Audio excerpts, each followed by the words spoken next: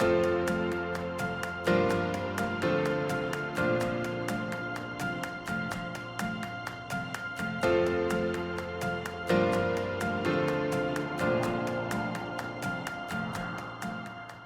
here at LSI Europe in Barcelona with Cécile Dupont of BrightHeart. Thank you so much for joining me in the studio. Thanks for having me. Why don't you tell me a little bit about what you're doing at BrightHeart? Yeah, so at BrightHeart, we are developing a new solution, an AI-based solution to improve the detection of congenital heart defects during pregnancy, so based on ultrasound exams. What is your technology adding to fetal ultrasounds today that is so challenging? What's the problem that your technology is addressing? So our technology is addressing a major clinical need. So today, 7 out of 10 babies with congenital heart defects are not detected during the prenatal period, so during the pregnancy. And that has a major impact on the mortality of those babies. You have to understand that about 40% of newborn deaths are actually happen in babies with congenital heart defects. So it's a major issue. And the reason for that is that during the prenatal period, the only way to catch CHD is through prenatal ultrasound exams. So those are exams which are typically performed during the second trimester of the pregnancy by clinicians who are not cardiologists, who have a limited knowledge in fetal cardiologies. And those are OBGYNs or MFMs. And so the screening exam consists in evaluating the entire body of the baby, and including the fetal heart. And when it comes to the fetal heart, the heart during that the second trimester of the pregnancy measures less than 1 centimeter, so it's really tiny. Mm-hmm. It moves, the baby moves in the mother. So the exam in itself is very complex. And then there is, you have to understand that those clinicians can be, receive a different level of training, and which induces a huge level of variability. And the third reason for this exam being, very complex is that there is no specific classification when it comes to describing or when it comes to looking for specific morphological abnormalities, which makes the exam even more complex. So the idea behind BrightHeart is really to make those clinicians cardiology experts when it comes to catching CHD. So with CHD, I understand that there are various severities of it, and it's my understanding that around 31% of children born with a severe CHD go on to unfortunately lose their lives. Is that something that can be prevented with early detection with Absolutely. Technology like yours? Yeah, absolutely. And this is exactly what we're tackling. So the prenatal detection is really key in reducing the mortality rate of those babies with CHD. The simple reason is that when the CHD is detected during the prenatal period, the mother is referred to a pediatric cardiologist who will plan together with a team of surgeons and neonatologists. They will plan the delivery at a specific maternity, so level 3, and so that the baby, the newborn, can be taken care of during the first minute of his life. And that's really key, because otherwise, if the baby comes home without knowing that he has a CHD, the risk of mortality is really high, or the risk of hypoxia is really high, with a strong impact in terms of neurological development. So really, the earlier we can detect the CHD during the pregnancy, the better for the baby and for his family, of course. You guys have raised a seed round already. Right. Where are you guys at in terms of fundraising right now?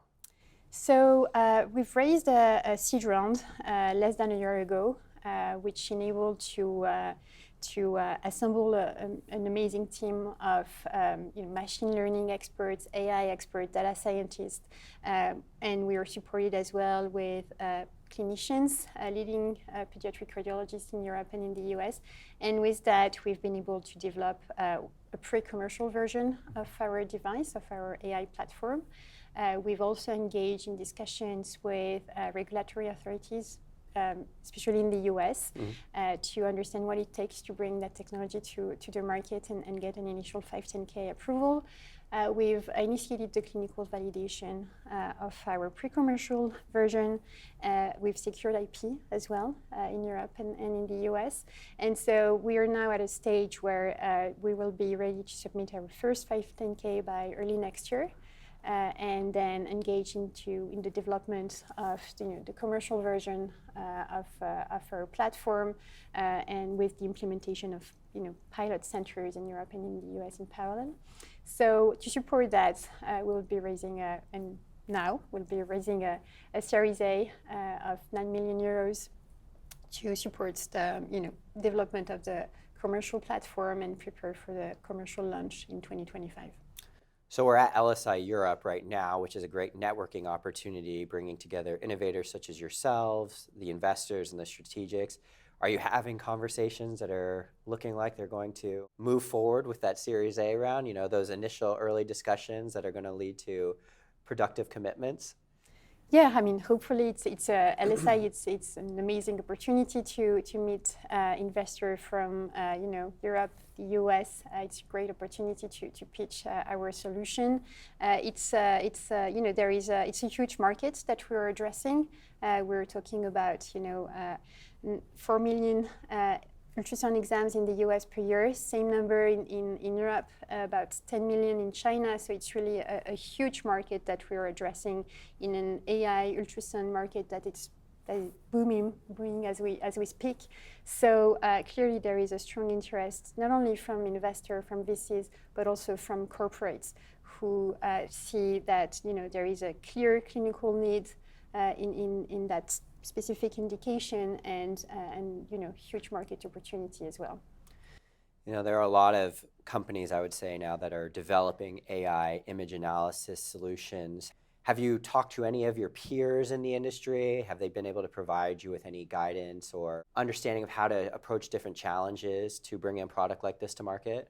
Yeah, I think one of the key challenges is first, from a regulatory standpoint, making sure that we have a good understanding of what it takes to bring that technology to the market, having a good understanding of how we clinically validate the performance of this device. So, it's both through discussions with peers developing the same kind of approaches on other indications, but also through engaging really early with regulatory authorities that we've done from the get-go. And then I think one of the key challenge for us is understanding the go-to-market strategy and understanding how to bring that technology to a high number of clinicians in the coming months.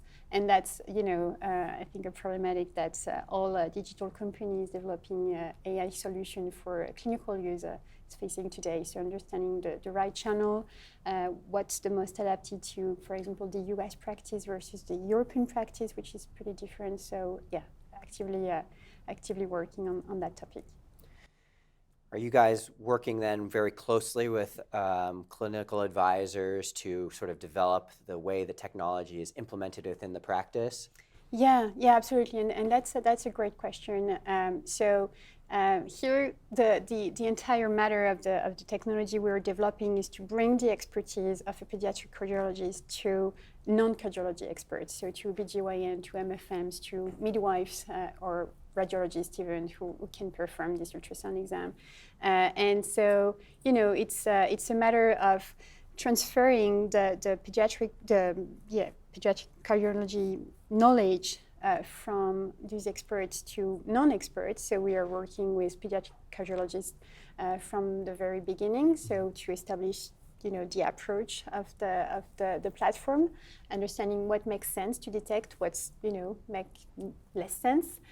So we are working for that with our two co-founders who are pediatric cardiologists based in France, working from the Necker hospital, as well as they have a huge private practice in France. And we are also supported by a pediatric cardiologist out of Stanford in the US, Dr. Aronamata. So, we took that into account from the very beginning. Now, when it comes to developing a solution that fits the workflow and the clinical practice of OBGYNs or MFMs, we are also working with those clinicians in both geographies, in Europe and in the US, making sure that we have a good understanding of how they work and that we're developing something that's adapted to their practice.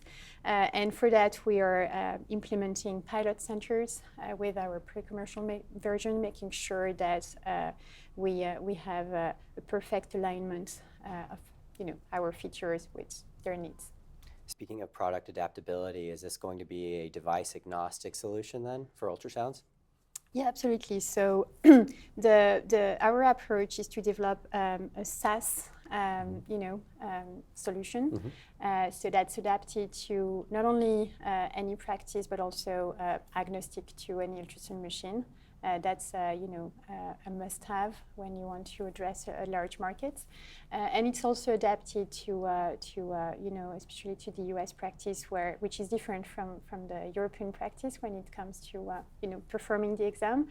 For example, in Europe, the gynecologist is the one performing the ultrasound, but also interpreting in real time the videos.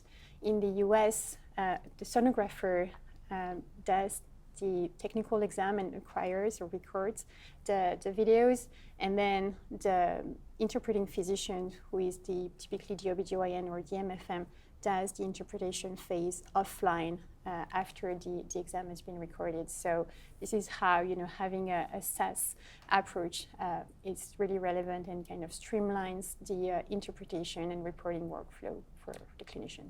How accurate is this solution then? Is this something you only need to use in one ultrasound exam with a patient? You identify it and you're confident then that you can go on and recommend this mother and her infant child go on and have that treatment that they're going to need? No. So really, I think it's important to understand the workflow and the current standard of care to detect CHD. So really the first step of this workflow is the detection step. So that's done by the OBGYN during the second trimester of the pregnancy through the screening ultrasound exam. The objective of this exam is to catch early sign of CHD. It's to really detect red flags of potential abnormalities. It's not a matter of saying the mother, you have this kind of CHD. That's the role of the pediatric cardiologist. So really the first step is there to catch early sign of CHD, and then if there is any suspicion of congenital heart malformation, then the clinician, the OBGYN, would refer the mother to a pediatric cardiologist who would confirm the presence of a CHD, would refine the diagnosis. The spectrum of CHD is really wide, and if that's confirmed, then there is an entire team of clinicians who's put together to define what's the therapeutic pathway for that baby and what needs to be implemented. So really the first step of detection is the bottleneck in the current workflow, and if you miss that step, then you miss the confirmation by the pediatric cardiologist, you miss the therapeutic pathway, and this is what's currently happening for 7 out of 10 babies with CHD. You were at LSI Europe last year as an investor, correct? Right. Yeah, with Sofinova? Yes. Now you're back as an innovator with your new company. Is there any advice that you would give to the starting entrepreneur about the value that coming to an event like this can bring to a team? Yeah, I think it's really important to expose yourself early on to the venture world, making sure that you have a good understanding of what VCs are expecting and looking for, and making sure that you craft your development plan accordingly, and that you have the appropriate milestones set up, and that your financial plan matches that plan as well. So engaging on discussions with potential investors from the get-go is creating a lot of value for the company. Same for corporates. Cécile, it sounds like you guys have a bright future ahead at BrightHeart. I look forward to following your company, and I wish you all the success. Thank you.